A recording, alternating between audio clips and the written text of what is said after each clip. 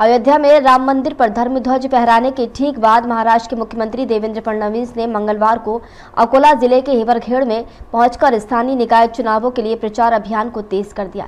Helipad पर उनके आगमन से हिवरखेड़, तेलहारा और अकोट नगर परिषदों के लिए भाजपा का चुनावी युद्ध जोर पकड़ लिया। सभा में भावनात्मक अपील के साथ विकास परियोजनाओं का जिक्र करते हुए फडणवीस ने जनता को आश्वस्त किया। मुख्यमंत्री ने सभा को संबोधित करते हुए कहा कि जब तक मैं मुख्यमंत्री हूं, लाडकी बहन योजना बंद नहीं होने दूंगा। किसानों को 24 घंटे बिजली देंगे। 300 करोड़ की पेयजल योजना तेजी से चल रही है। वरखेड़, हिवरखेड़ और वाणी रंभापुर के बीच 260 करोड़ का सड़क कार्य प्रगति पर है।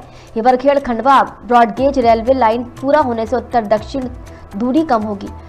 कृषि उद्योग, बाघ अभ्यारण्य और पर्यटन को बढ़ावा मिलेगा।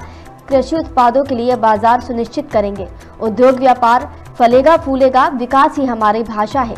लेकिन सभा में कई कुर्सियां खाली रहने से जनता में कानाफूसी शुरू हो गई। भाजपा के सहयोगी दल स्वतंत्र उम्मीदवार उतारकर अलग रंग दिखा रहे हैं, जिससे जिले में भगवा खेमे के अंदर प्रतिस्पर्धा बढ़ गई है।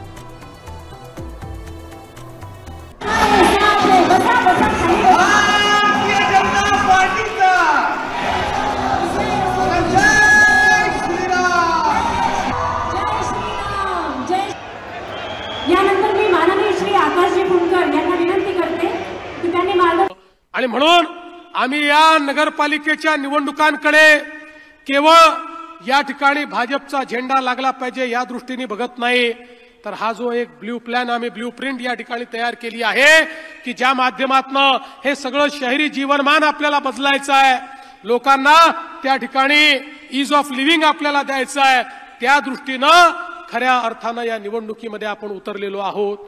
आणि म्हणून आज आपण बघा, आपल्या राज्यामध्ये आपण जे जे सांगितलं ते त्या ठिकाणी केलं।